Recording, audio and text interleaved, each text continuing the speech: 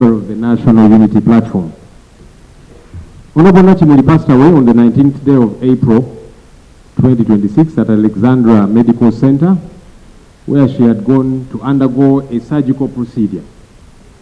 In fact, she drove herself to the medical facility, an indicator that she was not in a worrying state. I equally spoke to her that same morning at about 9 a.m. as we had been planning a meeting for members of the opposition in Parliament in regard to the impending sovereignty bill, which meeting was due the next morning on Monday the 20th. Tragically, she did not make it out of theatre. Honorable Speaker and honorable colleagues, this is not just a moment of grief. It's a moment of profound concern, and we hope that all answers will be provided. This is not about apportioning blame prematurely. It's about restoring public confidence. As we pursue these answers, honorable colleagues, we must also confront the broader realities of our health sector. For many Ugandans, access to safe and quality health care remains uncertain. Incidents such as these deepen public anxiety and highlight systemic weaknesses in patient safety, regulation, and service delivery. If this can happen in a controlled medical environment, then we ought to ask ourselves what safeguards exist for the ordinary Ugandan in less resourced settings. Honorable Nakimuli has been awaiting to take oath in just a couple of weeks to serve her second term in Parliament, having earned the trust and confidence of the people of Kalangala district one more time. That renewed mandate was a testament to her dedication, her connection to her constituents, and the faith they had in her leadership. Kalangala district, which she represented, is one of the most unique constituencies in our country. An archipelago of over 80 islands spread across Lake Victoria, commonly known as the Sese Islands. Representing such a constituency requires exceptional commitment. It demands navigating geographical isolation, limited infrastructure, and the distinct socio-economic challenges faced by island communities. And yet, Honorable Nakimuli embraced this responsibility with quiet strength and consistency. She ensured that the voices of her people, often physically distant and politically marginalized, were heard within this house. In the shadow cabinet, she has been serving as the Shadow Minister for Information and Anti-Corruption, a role she diligently executed for close to 2.5 years. In this capacity, she stood firmly on the side of transparency, accountability, and responsible governance.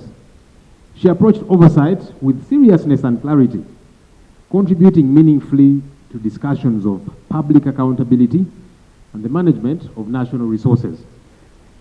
On the floor of Parliament, deployment of UPDF soldiers on Uganda's lakes by the Fisheries Protection Unit, arguing that the army was complicit in illegal fishing and that criminalizing vulnerable fishermen was unjust.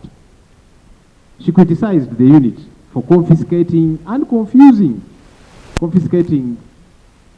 equipment, confusing fishing communities with contradictory directives and politically motivated messages, and insisted that these communities needed real investment in boats, in nets, storage facilities, and training, together with practical support, not just harassment. Right Honorable Speaker and colleagues, her contribution to this institution extended beyond legislative work.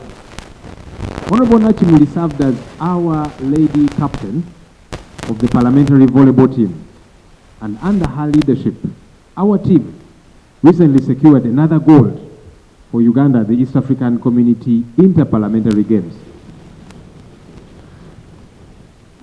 This was not just a sporting achievement. It was a reflection of leadership, discipline, and the spirit of teamwork that she embodied.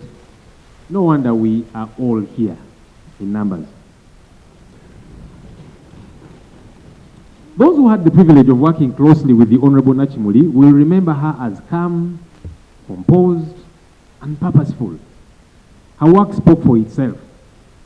She engaged thoughtfully, listened attentively, and contributed with intention. Even in her final days, the Honorable Nakimuli never stopped holding the government to account. Her final submission on the floor of this House was on the 15th day of April 2026, last week, just 4 days before she died.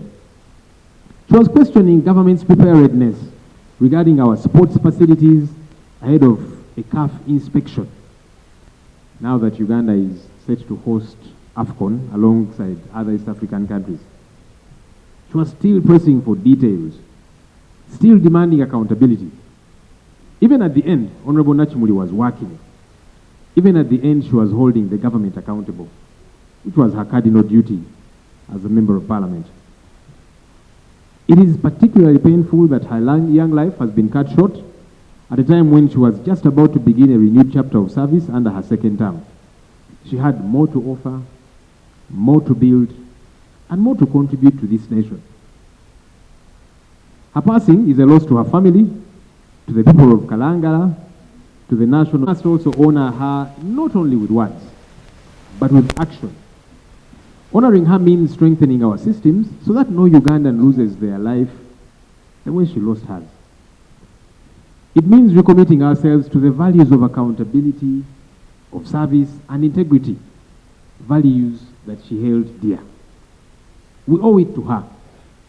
We owe it to her family, and we owe it to the people of Uganda. And so on behalf of the Office of the Leader of the Opposition, I extend deepest condolences to her family, to her constituents in Kalangala District, to her party, NuP, to all colleagues in this House, and the country at large. We stand with you in grief, and we stand with you in the pursuit of justice and truth. May the Almighty God grant us strength during this difficult time. Thank you very much, Right Honourable Speaker. And through your chair, Right Honourable Speaker, allow me, on the behalf of the family of Father Christopherus Walusimbi, the Orthodox Church in Uganda, and the Interparliamentary Assembly on Orthodoxy,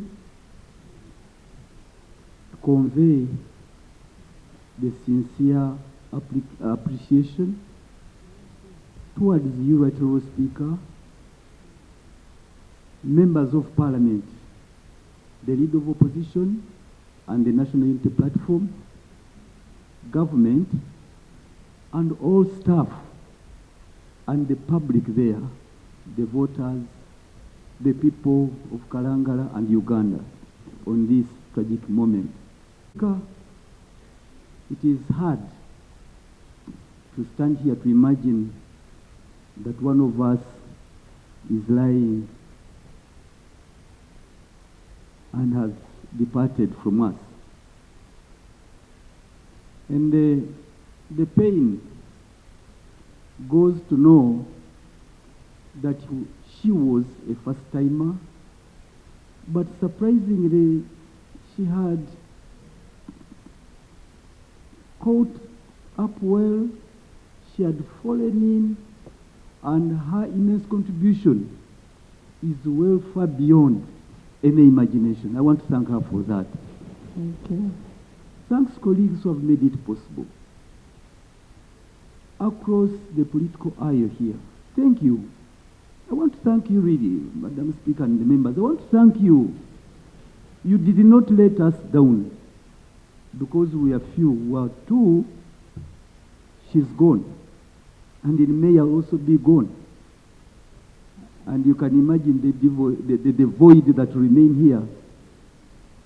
And to imagine that she had won a very bad election in the history of this country. She had swept through. She had no petition. Nobody had petitioned her. She was waiting, awaiting her swearing in.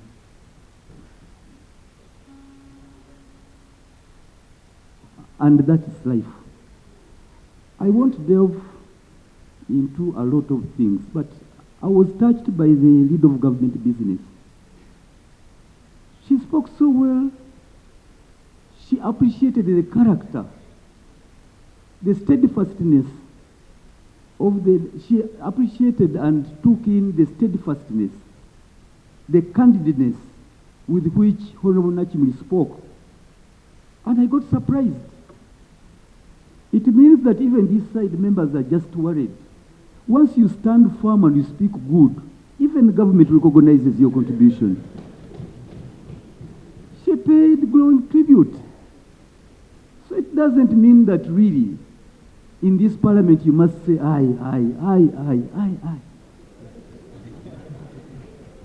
Because you want to be good. She spoke well. She did. And the president, I thought the president wouldn't come down to this situation. But right now, Speaker, I've given us a message from the president. She was part of the opposition, but the president, I want to thank the president. I want to thank him for that. It is good. When you are the father of the nation, you must do that. And it's a good example. I want to thank the solidarity of the opposition. For me, I thank you, members of the opposition. You nurtured Nakimuli. But you did not take her away from us. She remained a Ugandan. She remained a member of the Orthodox Church. She remained strong. And even if we have differences, but again, you groomed her in a way that she was much appreciated. I want to thank Honorable Katumba Wamala. Thank you very much. You were not there in Kalangala, but your presence was felt. The enormous contribution you've made, the offer you've made for the islanders to come to the mainland and follow to the burial of their representative is commendable. Thank you. Thank you. You touched me. And lastly, may God do kindness to her. But one last thing, Right Honourable Speaker, and I heard Dr. Chris, who is a doctor by profession. There must be those things that must be explained. How does someone drive in without the formal procedures of receiving a patient, having her admitted, you check on everything before you operate on that person? Where are the procedures in this country? Even in our health centers, they just don't walk into the theater. There must be measures. Who are these? Who are the qualifications of these doctors? We must get an explanation, Right Honourable Speaker. Look at the papers, look at the qualifications of those handling our lives. We've lost her, we may not forget her. And with that, I took note, and I think the investigation should look into these people. Once you are there, you are under anesthesia, and I thank you. I thank you. I rest my case. Thank you. Thank you. Honorable members, those questions are going to be answered. God can call us. I came close to Honorable Helen when the Archbishop of the Orthodox Church died in September 2021. She had just come to Parliament, and I was coordinating together with the Vice President and Honorable Ssenyonyi the funeral arrangements.